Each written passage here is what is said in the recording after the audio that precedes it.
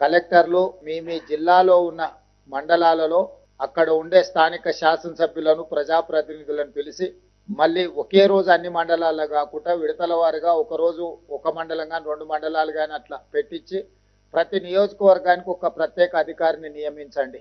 ఒక ఆర్డీఓ స్థాయి అధికారిని కానీ జిల్లాలో ఉండే కలెక్టర్లను కానీ అడిషనల్ కలెక్టర్లను కానీ జిల్లా స్థాయి అధికారులను ఒక్కొక్క నియోజకవర్గానికి బాధ్యత వేసి ఆ నియోజకవర్గంలో ఉండే మండలాలను కార్యాచరణ చేసుకొని ఆ కార్యాచరణలో స్థానిక ఎంపీలను కానీ ఎమ్మెల్యేలను కానీ ఎమ్మెల్సీలను కానీ ఎన్నికైన ప్రజాప్రతినిధులను కూడా ఇందులో భాగస్వాములను చేసి ఆ మండల సమైక్య ఆధ్వర్యంలో మహిళలందరినీ పిలిపించి ఒక పండుగ వాతావరణంలో మీరు ఈ కార్యక్రమాన్ని తీసుకోవాలి.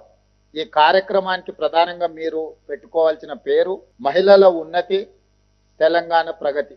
ఈ కార్యక్రమం మహిళల ఉన్నతి తెలంగాణ ప్రగతి, ఇందిరా మహిళా శక్తి చీరల పంపకం. ఈ కార్యక్రమం కింద పెట్టుకొని మీరందరూ కూడా ఈ కార్యక్రమాన్ని అన్ని మండల కేంద్రాలలో నిర్వహించాలి. తద్వారా ఈ సమాచారం అంతా కూడా పకడ్బందీగా ప్రజలకు చేరుతుంది. ఎవరైనా లబ్ధిదారులకు సమాచారం లేకపోయినా మండల స్థాయిలో మీరు కార్యక్రమం తీసుకోవడంతో ప్రతి ఒక్కరికి ఈ సమాచారం అందుతుంది.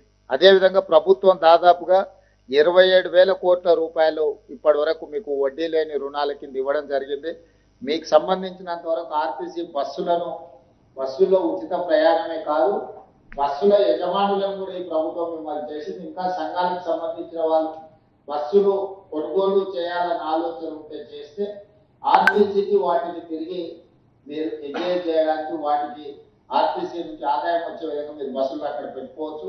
అదేవిధంగా స్కూళ్ళలో యూనిఫామ్స్ కుట్టే బాధ్యత కూడా మీకే ఇచ్చినాం. ఈరోజు దాదాపుగా మీకు ఈ విషయంలోనే 30 కోట్ల రూపాయల ఆదాయం వచ్చే విధంగా రాష్ట్ర ప్రభుత్వం